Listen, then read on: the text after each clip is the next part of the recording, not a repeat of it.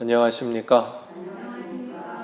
이 저녁에도 천국을 향해서 힘차게 달려가시길 바랍니다. 오늘은 우리가 데살로니가전서 5번째 시간으로 기쁨이 되는 사람이라는 제목으로 말씀을 나누도록 하겠습니다. 기쁨이 되는 사람. 참 제목만 들어도 좋죠. 기쁨이 되는 사람. 우리가 누군가에게 이런 사람이 됐으면 좋겠습니다. 예전에 어떤 노래 제목 가사가 그대 내게 행복을 주는 사람이라는 가사가 있었는데 참 좋은 가사 같아요. 어떤 사람이 그 존재만으로 나에게 행복이 될 수 있다면, 내 존재만으로 어떤 사람에게 행복이 될 수 있다면, 제가 한 몇 달 전에 봄에 서울에 갔다가 그거 봤다 그랬잖아요. 장미꽃길 걷는데 벤치에 그대가 내게 오므로 봄, 그 문구가 있었다 그랬잖아요. 어떤 내가 사랑하는 사람이 내게 오면 여름에 오든 가을에 오든 겨울에 오든 봄에 오든 항상 봄, 항상 봄이 돼요. 우리가 신앙생활하면서 그런 기쁨이 서로에게 있기를 축복합니다. 우리가 신앙생활한다는 것은 나만의 문제는 아니에요. 나 혼자 신앙생활하는 것 같지만 우리는 누군가에게 영향을 받고 누군가에게 영향을 주며 살아갑니다. 영향을 받고 영향을 준다는 것은 누군가의 길을 따라가고 누군가에게 길이 되어주고 있다는 말이에요. 그렇기 때문에 예수님께서는 너희는 나를 본받으라 그랬고, 사도 바울은 내가 그리스도를 본받은 것 같이 너희도 나를 본받으라 그랬어요. 우리는 본을 받고 본을 이렇게 보여줄 수 있는 사람들로 이 땅을 살아야 되는 줄 믿으시길 바라요. 나 혼자 사는 거 아니에요. 분명히 누군가는 나 때문에 영향을 받고 있어요. 그래서 김구 선생님이 한겨울에 하얀 눈길을 아무렇게나 걸어가지 마라. 그 이유가 뭐래요? 그 발자국이 누군가에게는 길이 된다 그랬어요. 예수님께서 나를 본받는 자 되어 따라오라 그러셨는데, 우리는 누군가에게 본이 되는 사람인가, 아니면 반면교사하는 본이 되는 사람인가? 저 사람을 보면서 내가 저 사람처럼은 살지 말아야지, 그런 사람은 안 되시기를 축복합니다. 사도 바울은 자신의 사도의 권리를 마땅히 주장할 수 있음에도 불구하고 권리를 주장하지 않았다 그랬어요. 그 이유는 데살로니가 교회의 성도들을 배려하는 마음으로, 그들을 유모와 같이 사랑하는 마음으로 그들에게 그렇게 했다 그랬어요. 그리고 하나님의 복음뿐 아니라 목숨까지 주기를 기뻐하였다 그랬습니다. 그 이유는 하나입니다. 사랑하기 때문에. 오늘 오전에도 말씀을 나누었던 것처럼 예수 그리스도의 가족이 되었기 때문에, 그들에게 폐를 끼치지 않고 자비량으로 복음을 전했고, 하나님의 복음이 방해되지 않게 하기 위해 수많은 애를 썼다 그랬어요. 그리고 오늘 13절에 보면, 우리 13절 같이 한번 읽어볼까요? 시작.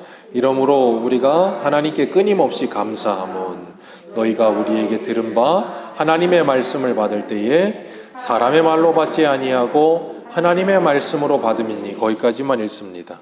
사도 바울이 끊임없이 감사한다 그랬어요. 그죠? 끊임없이 감사하는 이유는 너희가 사도 바울이 전하는 하나님의 말씀을 사람의 말로 받지 아니하고 하나님의 말씀으로 받았다는 거예요. 이것보다 설교자에게 큰 감사와 기쁨은 없을 겁니다. 그리고 그 말씀을 듣는 사람에게도 그것이 뭐가 돼요? 복이 되는 거예요. 우리가 그런 말을 해요. 어떤 어른의 말을 듣는다, 아니면 효도를 한다, 그럴 때 우리 옛 어른들은 그런 말을 했어요. 부모에게 효도하면 복을 받는다. 부모에게 효도하면 복을 받는다. 그 말이 왜 나왔겠어요? 정말 많이 효도를 안 했다는 말이에요. 그러니까 뭐 하게 하려고요? 부모에게 효도하게 하려고. 부모에게 효도하면 복 받는다 그러는 거예요. 그런데 가만히 생각해 보세요. 부모에게 효도하는 사람은 이미 효도함으로 뭔 복을 받기 전에 그 사람은 복을 받은 사람이에요. 부모를 공경할 줄 아는 마음을 가진 것 자체가 복이에요. 우리가 어른의 말을 듣는다는 건 어른을 공경한다는 거거든요. 그건 어른을 공경하기 때문에 칭찬받기 이전에 그 사람은 이미 복을 받은 거예요. 그 어른의 말을 통해서 보호를 받고 있잖아요. 얼마나 큰 은혜입니까? 우리가 하나님의 말씀을 받을 때에 사람의 말로 받지 아니하고 하나님의 말씀으로 받는다는 게 가장 큰 복이라는 걸 잊지 마세요. 오늘날 이 세상이 이렇게 점점 어두워져 가고 죄악이 관영해지는 이유 중에 하나가 뭐냐면 그들이 하나님을 인정하지 않는 거예요. 그리고 하나님의 말씀을 무시한다는 거예요. 하나님의 말씀을 하찮게 여기기 때문에 뭐예요? 그 말씀을 무시하고 그 말씀을 무겁게 생각하지 않으니까 그 말씀대로 살 생각조차 하지 않죠. 그래서 말라기 2장 2절에는 뭐라 그랬어요? 하나님이 너희들에게 저주를 주는데 그 저주는 우리 안에 하나님의 말씀이 없는 것이 저주라 그러셨어요. 하나님의 말씀이 이미 내 안에 없는 상태로 살아가는 게 저주래요. 자기의 소견에 옳은 대로 살아가는 것 자체가 뭐라고요? 저주요. 우리가 그걸 잊어버리면 안 돼요. 근데 오늘날의 사람들은 자기 손에 옳은 대로 살아가는 게 그게 행복이고 그게 자유라고 착각을 해요. 자유와 방종을 너무나도 구분을 못하는 거예요. 자유란 법 안에서 자유인 겁니다. 그죠? 우리나라에서 법을 어긴 자유를 행하는 사람들은 어떻게 하죠? 자유를 빼앗고 감옥에 넣죠. 감옥에 들어가면 공짜 밥을 먹습니다. 공짜로 옷을 줘요. 공짜로 집도 줍니다. 다 줍니다. 그런데 뭐 하나 없어요? 자유가 없어요. 왜 자유가 없습니까? 법 아래서 자기 스스로가 자유를 박탈당한 거예요. 스스로 빼앗기는 거예요. 그게 얼마나 비참한 겁니까? 그렇기 때문에 우리가 내 마음대로 사는 것이 그게 좋은 것처럼 보이지만 그것만큼 불행한 게 없는 거예요. 그런데 스스로 우리들은 하나님의 말씀을 따르며 살지 않으면서도, 하나님의 말씀을 귀중히 여기지 않으면서도 내가 교회를 다니면 내가 신앙생활하고 있다고 착각할 때가 참 많아요. 야고보 사도는 그래서 야고보서 1장 22절에 이렇게 말씀하십니다. 너희는 말씀을 행하는 자가 되고 듣기만 하여 자신을 속이는 자가 되지 말라. 참 제가 좋아하는 말씀 중에 하나예요. 듣기만 하여 자신을 속이는 자가 되지 말라. 듣는 것으로 신앙이 좋다라고 착각하게 만든다는 거예요. 스스로를 속여요. 우리가 늘 말씀드리지만 우리 믿음의 선진들, 대한민국의 기독교가 처음 들어왔을 때 한 1900년대 초반, 1900년대 중반 그때의 성도들과 지금의 성도들은 이 신앙적 지식의 차이가 어마어마한 차이가 납니다. 오늘날의 성도들이 더 지식이 많아요. 더 풍성합니다. 신학적인 지식도 풍성하고요. 공부를 많이 했어요. 그런데 그때의 사람들하고 오늘날의 사람들하고 누가 신앙이 좋냐 그러면 그때의 사람들이 한 10배 이상 신앙이 좋습니다. 왜요? 그때의 사람들은 이 하나님의 말씀을 사람의 말로 듣지 않고 하나님의 말씀으로 들었어요. 그렇기 때문에 그들에게 뭐가 일어나요? 역사가 일어났어요. 오늘날의 사람들은 말씀을 많이 합니다. 말씀을 많이 듣습니다. 책도 많이 읽습니다. 그러다 보니까 하나님의 말씀을 어떻게 여기냐면 귀하게 여기질 않아요. 하나님의 말씀을 굉장히 가볍게 여깁니다. 그러니까 그 말씀을 따라 살 생각조차 하지 않아요. 하나님의 말씀이 값이 없어졌다 그 말이에요. 바울은 고린도후서 7장에 뭐라 그럽니까? 너희들은 은혜를 헛되이 받지 말라 그러잖아요.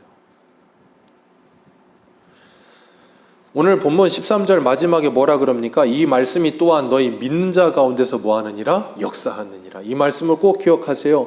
하나님의 말씀은 누구 가운데서 역사가 일어난다고요? 믿는 자 가운데서 역사가 일어나는 거예요. 하나님의 말씀 믿지 않으면서 역사가 일어날까라는 착각을 버리세요. 제가 누누이 말씀드리잖아요. 하나님의 말씀을 진짜 믿는 사람 안에는 반드시 말씀의 역사가 일어나요. 하나님의 말씀은 살아있고 활력이 있다니까요. 그래서 우리 안에 활력을 불어넣고 운동력 있게 우리를 움직이세요. 그래서 뭐하게 하냐면 말씀에 순종하도록 성령께서 역사하시는 거예요. 누구 안에서? 믿는 자 안에서. 말씀을 믿는 자 안에서만 그런 역사가 일어나는 거예요. 그러니까 오늘날 우리에게도 하나님의 말씀의 역사는 일어납니까? 안 일어납니까? 일어나요. 아멘이십니까? 누구 안에서? 믿는 자 안에서. 하나님의 말씀은 반드시 예수님께서 씨 뿌리는 비유에서 말씀하신 것처럼 좋은 땅에는 그 씨앗이 심겨져 30배, 60배, 100배의 결실을 맺느니라. 이제 가을이 돼갑니다. 이제 벼 이렇게 논을 보니까 벼가 노랗게 익어가더라고요. 그거 볼 때마다 느끼지 않으세요? 30배, 60배, 100배가 거기서 나오잖아요. 아마 100배도 더 될걸요? 그게 몇 개나 달리겠어요? 한 200~300배는 넘을 수도 있어요. 얼마 전에 어떤 유튜브 보니까 저쪽 어디 지방인지 모르겠는데 포도나무 하나에서 포도송이가 4,800송이가 열리는 거 보셨어요? 어떤 농부가 이렇게 포도를 키우는데 포도나무 하나에서 포도송이가 4,800개인가 열려요. 대단하더라고요. 100배 아닙니다. 4,800개. 4,800배 열릴 수도 있어요. 믿는 자 안에서는 반드시 역사가 일어나요. 데살로니가 교회의 성도들처럼 하나님의 말씀을 믿고 그 말씀을 스펀지같이 빨아들이는 사람들은 그 말씀을 기뻐하게 되어 있어요. 왜? 기뻐하니까 관심이 생기니까 듣는 거예요. 그러니 그런 사람들을 얼마나 기쁘고 감사하겠어요.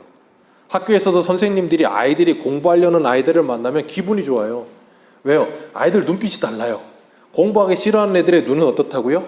썩은 동태가 돼서 해태가 돼갖고 막 초점이 없어, 영혼이 없어요 이미. 나는 어디 간 데 없고 그냥 몸만 앉아 있는 거예요. 그런 애들은 막 수두룩 빽빽 앉아 있으면 선생님들도 열이가 안 납니다.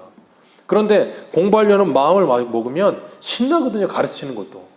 제가 신혼여행 갔다가 올 때 하나 일이 있었는데, 갔다가 오는데 가이드가 한국 사람이었어요. 남자인데 맥스라고, 아직도 기억이 나는데, 그 사람이 오는 날 물어요. 제가 전도사인 걸 알고. 공항에 도착했는데 한 2시간인가 3시간 남았던 것 같은데 저한테 이 신앙적인 어떤 그 질문들을 하더라고요.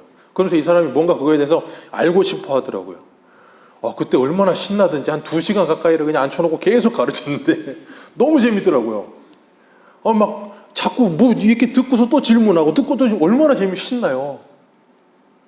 지금 사도 바울이 데살로니가 교회 성도들을 향해서 말하는 거예요. 하나님의 말씀으로 받는 거예요. 얼마나 기쁘겠습니까? 얼마나 신나겠어요.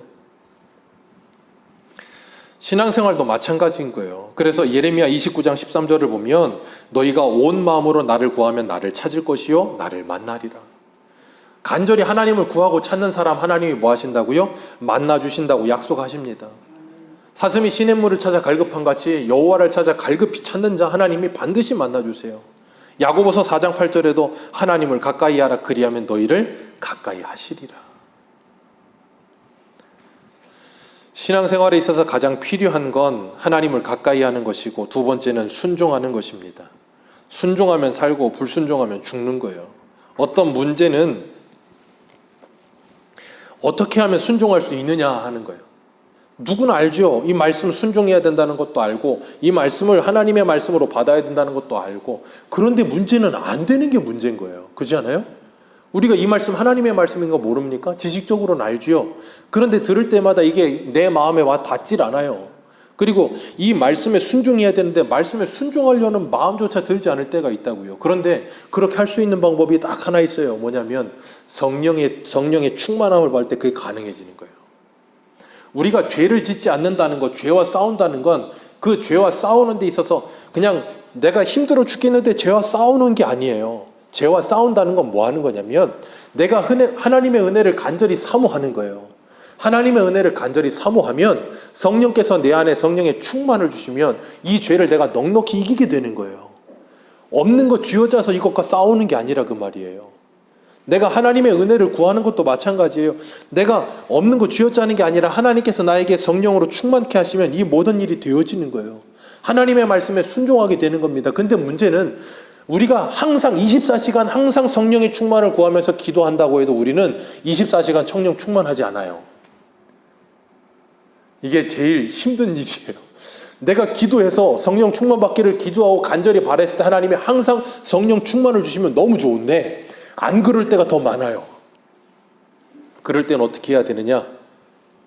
하나님의 말씀을 알고 들은 이 지식이 우리를 이끌어 가야 되는 거예요. 내 감정이 고양되지 않을 때 이 지식이 내 의지를 끌어들여서 이 말씀에 순종한 걸 바울은 뭐라고 표현했는가 하면 로마서에 쳐서 내 몸을 복종케 한다 그렇게 표현하는 거예요. 그러니까 내가 자원하여 즐거움으로 순종하기도 하지만 그렇지 않을 때 뭐 한다고요? 우리 큰 사모님 늘 일할 때마다 하는 말, 억지가 사춘보다 낫다. 저는 안 했으면 좋겠는데 끝까지 해요. 억지로 끝까지 해놓고 나면 이것 봐, 다 했으니까 얼마나 편해.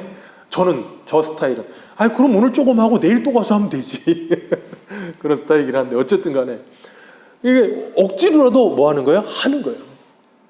그러면서 뭐예요? 하나님의 은혜를 구하는 거예요. 왜? 억지로 하면 힘들거든요. 힘든 걸 내가 느껴. 그러니까 뭐 하냐면 하나님의 은혜를 구할 수밖에 없어. 왜? 은혜를 주시면 쉬워진다는 걸 아니까. 그러니까 간절해지는 거예요, 성도는. 하나님의 말씀의 권위를 인정하게 될 때, 그래서 성령께서 이 말씀이 하나님의 말씀이라고 돼 정말로 딱 믿어지게 될 때 뭐 하게 돼요? 이 말씀에 순종하게 되는 거예요. 내가 순종해야지 순종해야 돼. 최면 건다고 되는 게 아니에요. 생각해 보세요. 갑자기 여러분이 잠을 자다가 생생하게 꿈을 꿨는데 하나님이 그냥 태산같이 나타나셔가지고 누구야 그러시더니 서로 사랑해라 그랬어요. 아주 그냥 가슴이 저릿저릿할 정도로 무섭게 그냥 확 말씀하셨단 말이에요. 그렇게 말씀하셨다고 한다면, 그리고 꿈을 깼는데도 너무 생생하다고 한다면 여러분은 어떤 마음이 드시겠어요? 야, 이거 안 그러다가 큰일 나겠구나 생각 안 드시겠습니까? 성령께서 우리에게 그런 마음을 주신다니까요. 성령께서. 그렇기 때문에 하나님의 말씀이 우리에게 들려지기 위해 우리는 늘 힘쓰셔야 돼요. 많은 사람들이 하나님의 말씀을 듣는 자꾸 사람의 말을 들으려는 사람들이 있어요. 그 사람들의 특징이 뭔지 아세요? 설교자들의 스펙을 찾아요. 이 굉장히 좀 요즘 시대에 좀 안타까운 현실 중에 하나인데, 제 선후배들도 보면 어떻게든지 미국에 가려고 해요. 왜 가려고 하냐면 미국 가야 유학을 해요. 그래서 이력서에 뭐라도 하나, 이 영어로 한 줄 써야 어디 청빙을 받을 때 유리해요. 인서울 아니라 인수도권 안에, 저 경기도에 있는 수도권 안에 들어오려고 그래도 유학은 갔다 와야 돼, 기본. 안 그러면 석박사는 달아야 돼. 그거 아니면 서류 면접에서 이미 탈락이야. 보지도 않아. 왜요? 하도 많아. 얼마나 안타깝습니까? 그러니까 사람의 말을 들으려고 하는 거예요. 왜? 이렇게 쫙 있으면 멋있잖아요. 그러다 보니까 그 말에 힘이 실리는 거예요. 그럼 그게 하나님의 말씀입니까? 사람의 말입니까? 거기에 저는 조금 늘 뭐라 그래야 할까요? 좀 저기가 있어요. 딜레마가 있는데, 제가 듣기 쉽게 가끔 설명을 해드리잖아요. 금으로 만들어진 수도꼭지가 있고 그냥 쇠로 만들어진 수도꼭지가 있어요. 그런데 둘 다 틀었더니 수돗물이 나와요. 그럼 어떤 수돗물이 더 맛있는 수돗물이에요? 수도꼭지가 하나는 순금 24K, 하나는 그냥 시중에서 사는 3,800원짜리 수도꼭지. 둘 다 수돗물 틀었어요. 어떤 게 맛있어요? 순금으로 만들어진 게 더 맛있죠? 네. 순금으로 만들어진 게 더 맛있다니까요. 그래서 우리는 뭘 해요? 포장도 이쁘게 하잖아요. 생수를 담아도 똑같은 생수여도 포장지에 에비앙이라고 딱 찍히면 그게 괜히 프랑스 냄새가 나요. 프랑스 냄새가 나면서 저 히말라야에서 내려왔나 그러면서 맛있어 보여. 그걸 의학적인 용어로 플라시보 효과라고 하잖아요. 플라시보 효과, 위약 효과. 그냥 아무런 효과가, 약효가 없는, 그냥 알약 아무것도 없는 그걸 그냥 줘요. 그리고 이거 먹으면 낫습니다. 그러면 진짜 환자들이 낫는다는 거예요. 그게 정말로 의학적으로 증명이 됐어요. 그러니까 군대 가면 배탈 나도 똑같은 약 주고 감기 걸려도 똑같은 약 줘요. 까보면 알약도 똑같고 색깔도 똑같아요.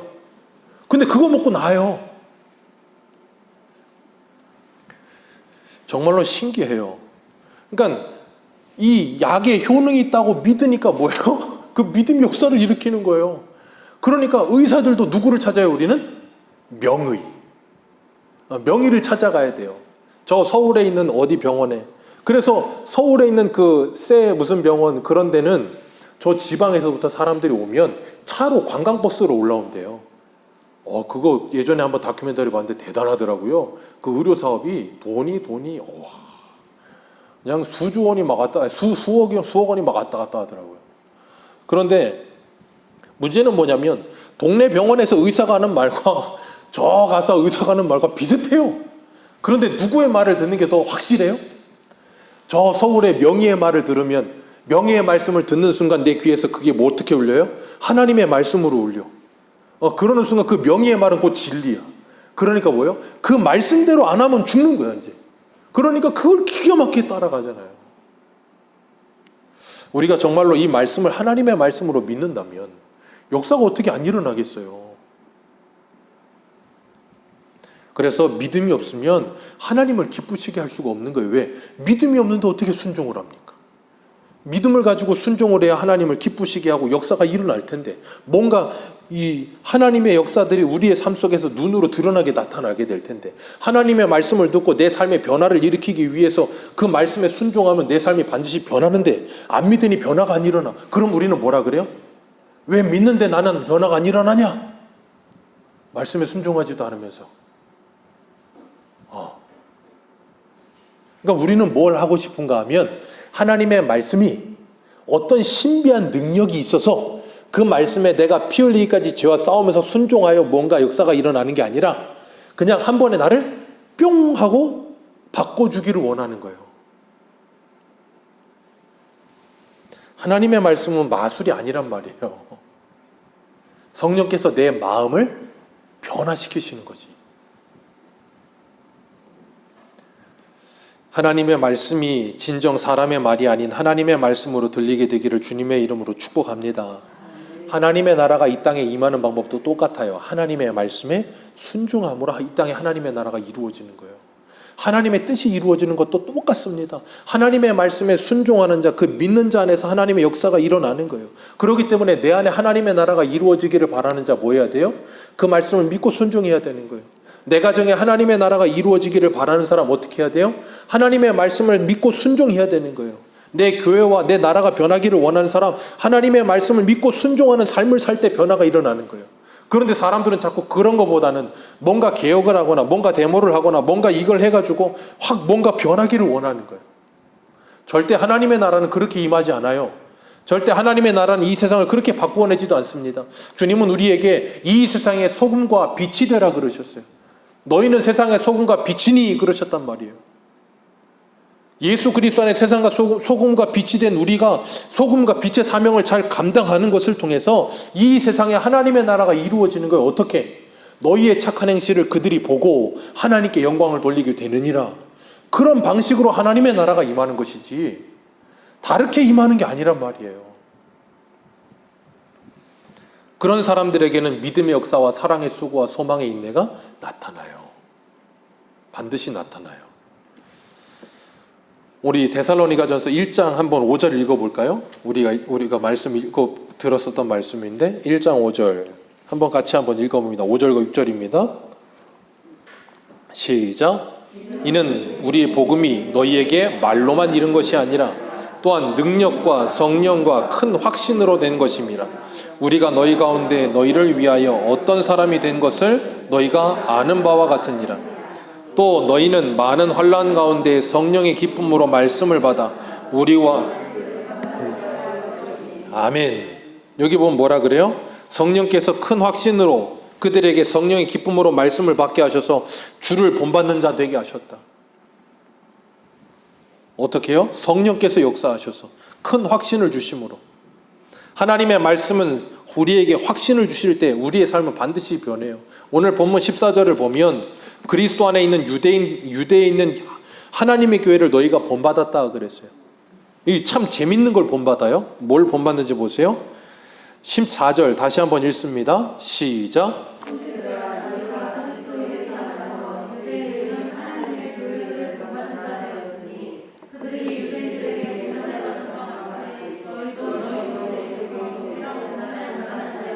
아멘. 뭘 본받아요? 14절에 뭘 본받아요? 네. 그들이 유대인들에게 고난을 받음과 같이 너희도 동족에게 동일한 고난을 받았느니라. 이게 뭐라고요?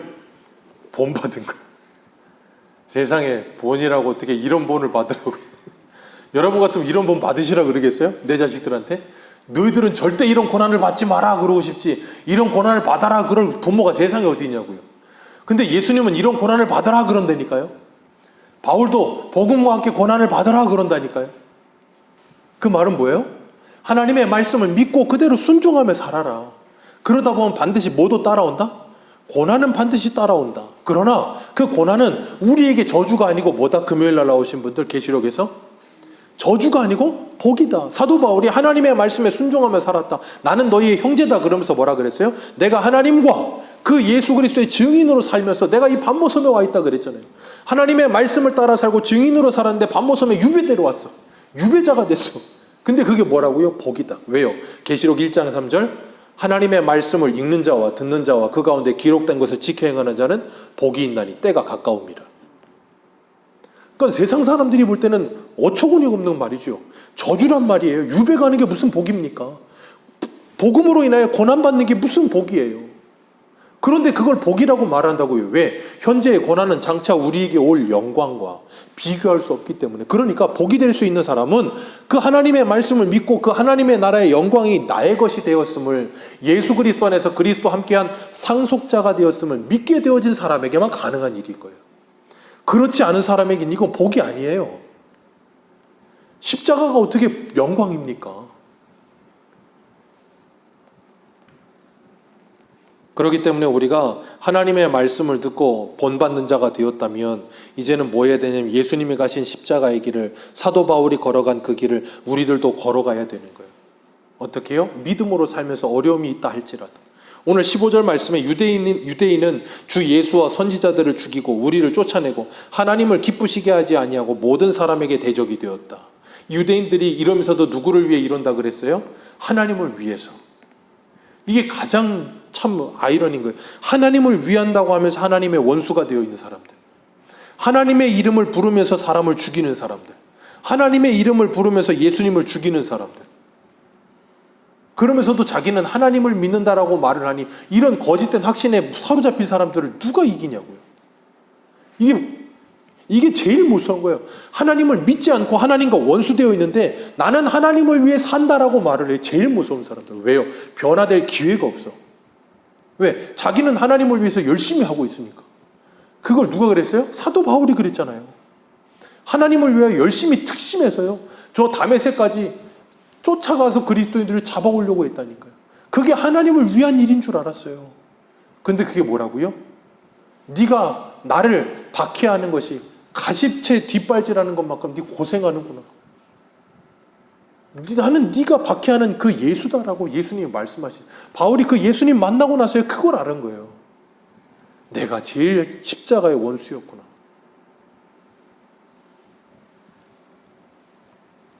이 유대인들은 바울이 가는 곳이면 어디든지 따라와요. 그래서 우리를 쫓아내고 하나님을 기쁘시게 하지 못하는 사람들, 가는 곳마다 도시락 싸들고 와서 비방을 하고 죽이겠다고 하고, 바울 죽이기 전에는 우리가 밥도 안 먹겠다고 그러고 있고, 그런데 그게 어떻게 하나님을 위한 거냐고요. 17절 말씀에 바울이 자신이 데살로니가에서 3주 동안 복음을 전하고 유대인 또는 떠나 있었지만 얼굴만은 떠나 있었지 마음이 떠나 있지는 않았다라고 고백을 해요. 그러면서 18절에 뭐라 그래요? 같이 읽습니다. 시작.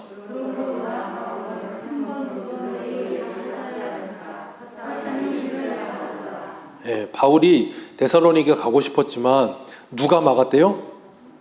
사탄이 너희들을 막았도다. 사탄이 우리를 막았도다. 우리가 잊지 말아야 될 것, 분명 사단은 지금도 역사하고 있다는 거예요. 그때 사단이 누구를 통해 역사하고 있었을까요? 유대인들을 통해 역사하고 있었던 거예요. 하나님의 일을 방해하고 사도 바울을 가로막고 있고 끊임없이 죽이려고 들고 있고, 사단은 틈만 나면 우리에게 찾아 들어오려고 늘 우리들을 비집고 들어와요. 그렇기 때문에 틈을 주면 안 돼요. 유대인들만 사단에게 사용됐습니까? 오늘 오전에 베드로도 예수님을 가로막잖아요. 하나님의 일을 생각하지 않잖아요. 어떻게 가능해요? 베드로가 그 틈을 보이니까 사단이 그 틈을 타고 들어가서 베드로를 사용하는 거예요. 기억하세요. 사단은 얼마든지 성도에게도 틈 타 들어올 수 있습니다. 기억하세요. 사단은 얼마든지 성도나 목사 안에도 틈 타고 들어올 수 있어요. 그래서 우리들로 하여금 하나님의 대적자가 되게 만들 수 있다니까요. 굉장히 두려운 말씀이에요. 우리가 조심하셔야 되는 거예요. 늘 조심하셔야 돼요. 왜? 하나님의 나라를 사단은 계속 깨트리려고 한다니까. 그러니까 틈만 생기면 들어와갖고 우리를 막 뒤집어 놓고, 뒤집어지니까 뭐예요? 모든 관계가 막 뒤집어지고 깨지고. 하나님의 나라는 성령 안에서 의와 평강과 희락인데 그걸 다 깨트려 버린 거, 관계를. 누가 하는 일이라고요? 사단이 하는 일이에요. 사단이 하는 일. 누구 안에서? 내 안에서. 그러니까 내가 틈을 내어주는 순간 내 마음과 생각은 사단의 놀이터가 된다는 걸 기억하세요. 내가 성도라 할지라도 사단은 그렇게 한다니까요. 그래서 우리가 얼마나 많은 넘어짐이 있고 실수가 있고 좌절이 있습니까? 그런데 감사한 건 사단이 우리에게 틈타 돌아서 그런 장난질을 하긴 하지만 우리를 영원한 지옥으로 끌고 들어갈 수는 없어요. 왜? 성령께서 역사하세요.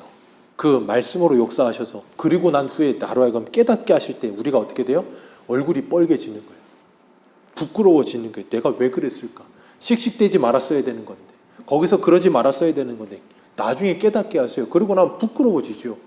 그리고 나면 그런 부분에 있어서 뭐예요? 더 조심하게 되는 거예요. 그렇기 때문에 사단은 우리의 마음에 틈만 있으면 씨를 뿌려요. 욕심의 씨앗을 뿌리고 음란의 씨앗을 뿌리고 온갖 세상의 그 죄악된 씨앗들을 계속해서 뿌려요. 그렇기 때문에 우리가 정신 차려야 되는 거예요. 사도 바울은 데살로니가의 교회 성도들을 향해서 19절에 이렇게 말합니다. 우리의 소망이나 기쁨이나 자랑의 면류관이 무엇이냐? 바울의 소망과 기쁨과 자랑이 누구래요? 데살로니가 교회의 성도들. 데살로니가 교회의 성도들에게 있어서 기쁨과 소망과 자랑은 누구예요? 사도 바울. 20절, 너희는 우리의 영광이요 기쁨이니라. 주님 다시 오시는 강림하실 때 우리 주 앞에 너희가 우리의 기쁨이고 영광이고 우리의 자랑이다. 우리 모두가 서로에게 이런 기쁨과 영광과 자랑이 되는 성도들이 되시기를 주님의 이름으로 축복합니다. 서로가 서로에게 그런 관계가 될 수 있으면 얼마나 좋을까요? 서로가 막 자랑할 수 있는 관계, 서로가 막 기쁨이 될 수 있는 관계. 그래서 그 사람만 보면 내 마음이 봄이 되는 사람, 그 사람만 보면 그냥 기쁨이 되는 사람. 그래서 연인끼리는 서로 좋아하는 사람들끼리는 뭐 제 예전에 후배 이렇게 보니까 자기 지금 와이프인데 아내 저장할 때 이 이름에다가 뭐라고 저장한 줄 아세요? 제가 그거 야 이게 뭐야? 그랬더니 제 여자친구예요 그러더라고요. 세 글자인데 뭐라고 하는지 아세요? 비타민. 여자친구를 비타민이라고 적어놨더라고요. 제가 닭살이 돋아가지고 이렇게 손이 이렇게 됐는데 아주 그냥 무슨 비타민은 그랬었는데 왜? 보면 좋은 거예요. 보면 힘이 나는 거예요. 그러니까 자꾸 보고 싶고 자꾸 만나고 싶은 거잖아요. 우리가 서로가 서로에게 기쁨이 되고 서로가 서로에게 자랑이 되고 서로가 서로에게 영광이 된다면 얼마나 자랑스럽겠어요. 안 그렇습니까? 집안에 출세한 사람 한 명만 있어 보세요. 사돈의 8천 중에 누구 하나만 있어도 어떻게 되는 줄 아세요? 뭔 일만 있으면 그 자랑이에요. 우리 집안에 말이야 누가 있는데 1년에 한 번도 못 봐. 그런데도 그냥 자랑이야. 왜? 자랑스러우니까. 하나님께서는 우리에게 이렇게 말씀하세요. 우리의 소망이나 기쁨이나 자랑의 면류관이 무엇이냐? 그리스도의 강림하실 그때에 우리 주님 앞에 너희가 아니냐? 우리 서로가 서로에게 이런 자랑과 기쁨이 되시기를 주님의 이름으로 축복합니다. 우리가 이런 자랑과 기쁨이 되어야 돼요.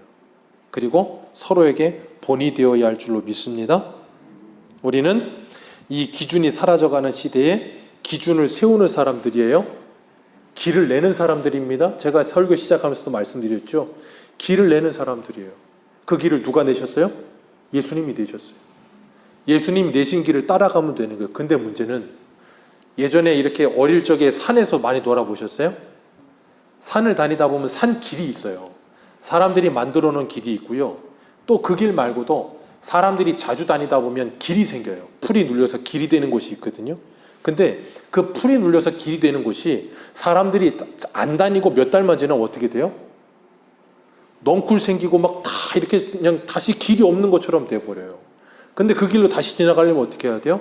그 모든 넝쿨 다 제거해야 되는 거예요.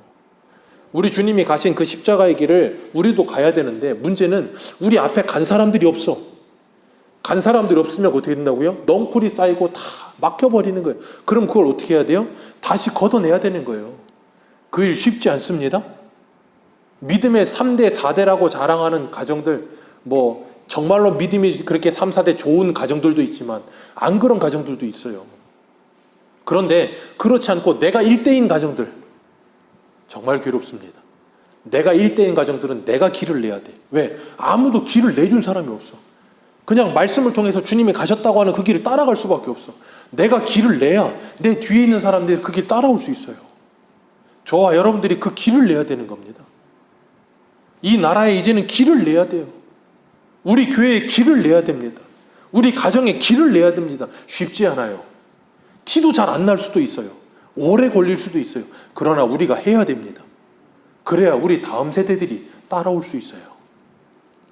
정말 그렇게 길을 내는 사람들이 되고 길을 따라가는 사람들이 되어서 서로에게 소망과 기쁨과 자랑의 면류관이 되는 우리 새소망교회 모든 성도님들 되시기를 주님의 이름으로 축복합니다.